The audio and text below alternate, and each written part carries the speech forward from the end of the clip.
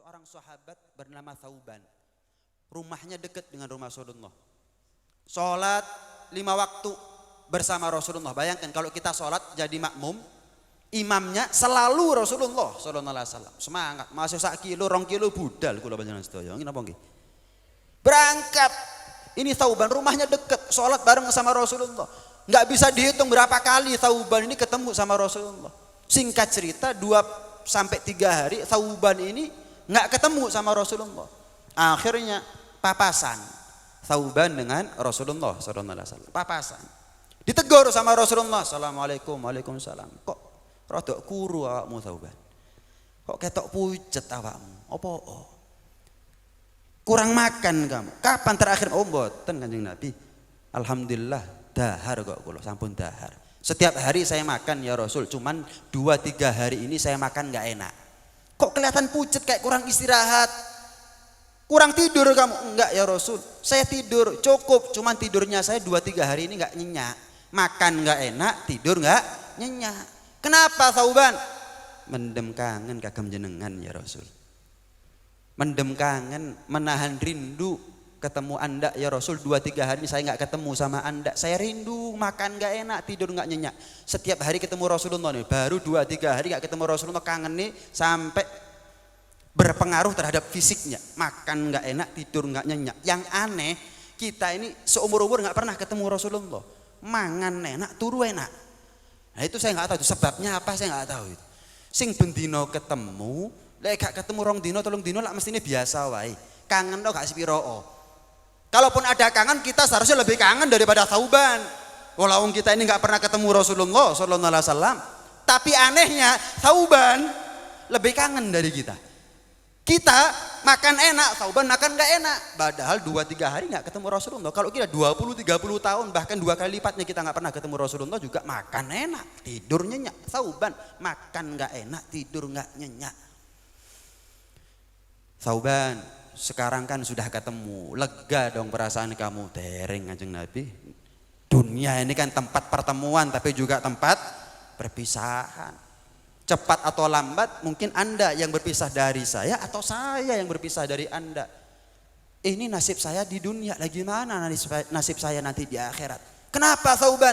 Ya Rasul, Anda terjamin pasti masuk surga, bukan sembarang surga. Tingkatannya paling tinggi. Lah kalau saya siapa ya Rasul? Ya. Kalau saya ini siapa ya Rasul? Andaikan ya Rasulullah, kata Thauban, aku setingkat saja. Surga itu ratusan tingkat. Sejauh mata memandang itu surga. Seolah-olah surga itu nggak ada batasnya. Ratusan tingkat, ratusan lantai. Bayangkan berapa setiap lantai dipenuhi dan dihuni oleh penduduk surga. Seandainya saya setingkat saja di bawahmu ya Rasulullah nanti di surga. Terpisah jarak antara saya denganmu ya Rasulullah nanti di surga. Asal Anda tahu ya Rasul, itu bukan lagi surga bagi saya, itu adalah neraka. Kenapa? 2 hari 3 hari hitungan dunia, rumah saya dekat, setiap hari ketemu juga bisa. Saya nggak ketemu sama Anda, nggak kuat mendem kangen. Lah apalagi di surga, di akhirat, sehari di sana 1000 tahun. Lah kalau mau ketemu Anda ya Rasul, saya di bawah, berarti kan ngantri.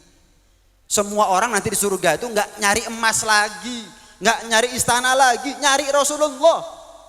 Semua ngantri ketemu Anda. Setingkat saja, berapa juta atau bahkan berapa miliar manusia yang harus saya ngantri di belakang mereka. 1 hari 1000 tahun. Sinten sing kiat Kanjeng Nabi. Buat saya itu bukan lagi surga, itu neraka buat saya. Itu kalau saya masuk surga ya Rasul. Lah kalau saya masuk neraka, seandainya di neraka nggak ada siksa ya Rasul, nggak ada siksa. Kau nak gunting, kau nak malaikat zabaniyah, kau nak setrika, kau nak geni. Seandainya di dalam neraka nggak ada siksa apapun kecuali satu.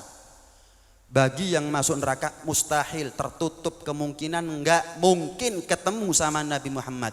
Maka itu sudah cukup bagiku adalah seperih-perihnya siksa, sepedih-pedihnya siksa.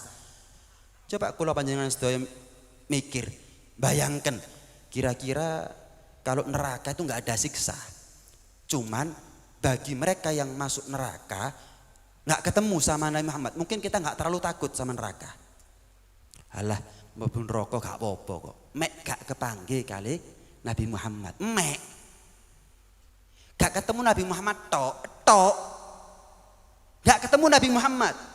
Kita ini takut neraka kenapa? Siksanya kan. Pernah atau ada di antara kita yang takut sama neraka karena khawatir gak ketemu sama Nabi Muhammad selama-lamanya. Kalau Thauban itu berharap masuk surga karena Rasulullah, takut dengan neraka karena Rasulullah. Kalau kita berharap masuk surga karena bidadari, takut masuk neraka karena api. Nggak ada Rasulullahnya sama sekali. Nggak ada Rasulullahnya sama sekali.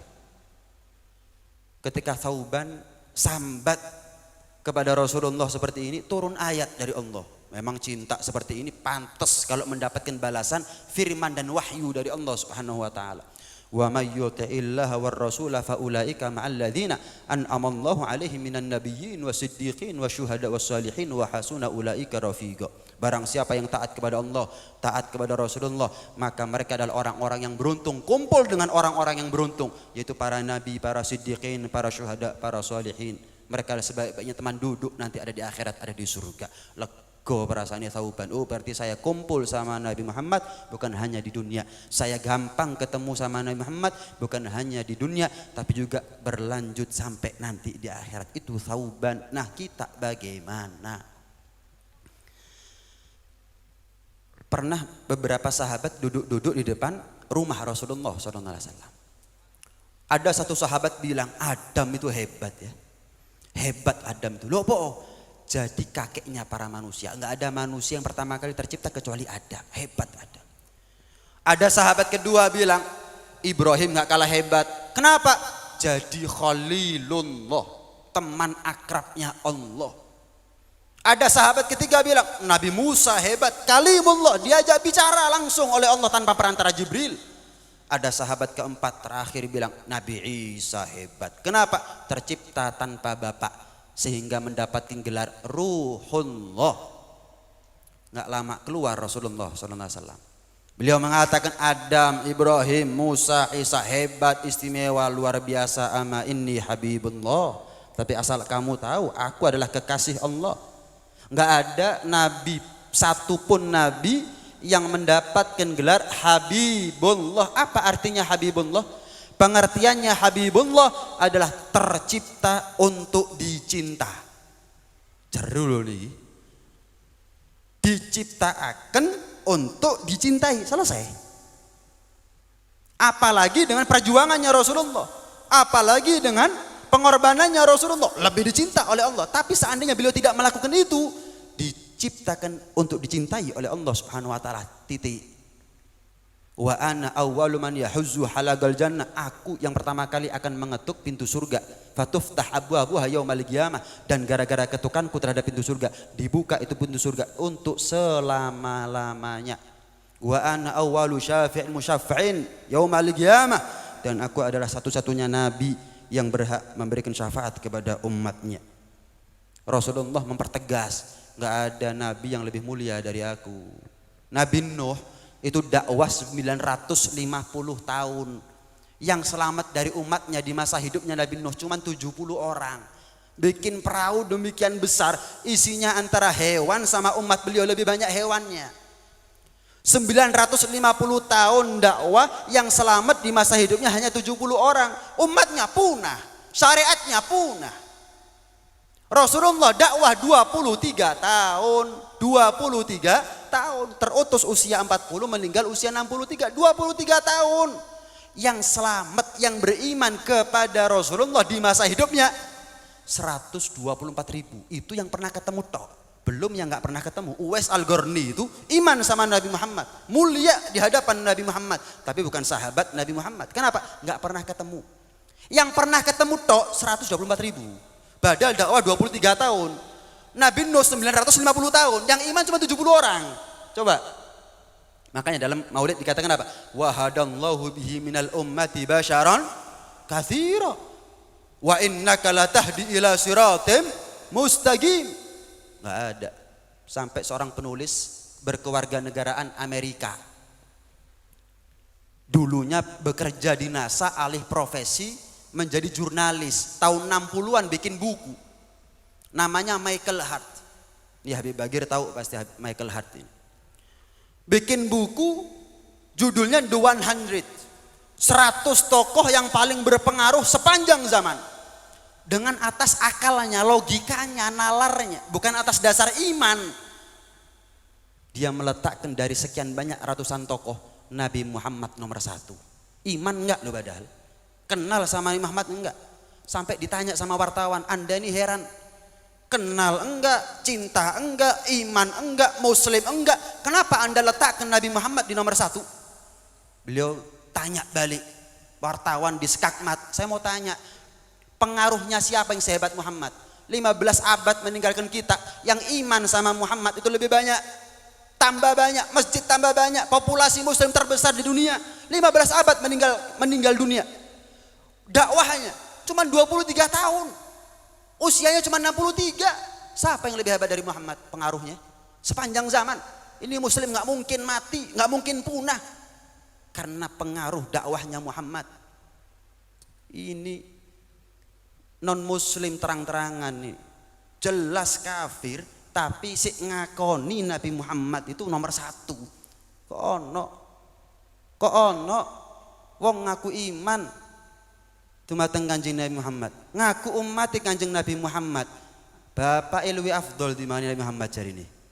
Kok ada yang kafir yang nggak iman sama Nabi Muhammad mengatakan Nabi Muhammad nomor 1? Nggak ada. Pengaruh seorang tokoh sepanjang zaman melebihi pengaruhnya Rasulullah sallallahu alaihi wasallam.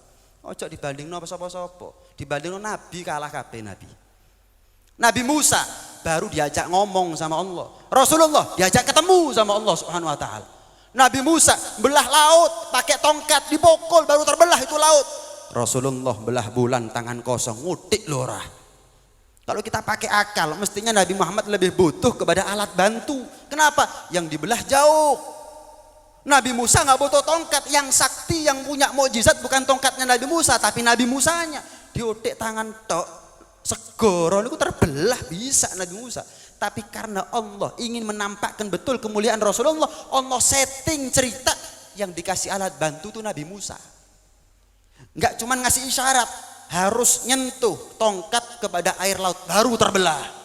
Rasulullah ngasih isyarat dok, terbelah. Shallu ala Nabi Muhammad. Nabi Yusuf itu baru separuh ketampanan Rasulullah. Nabi Yusuf itu baru separuh ketampanan Rasulullah. Nabi Yusuf yang separuh ketampanan Rasulullah, Zulaikha udah niat macam-macam. Rasulullah yang 2 kali lipat lebih tampan daripada Nabi Yusuf, kok nggak ada satupun perempuan Quraisy, perempuan Arab jahiliyah yang niat nekat macam-macam sama Rasulullah? Karena Allah berikan kesempurnaan wibawa dan karisma kepada Rasulullah, yang kesempurnaan seperti ini tidak Allah bagi kepada Nabi Yusuf.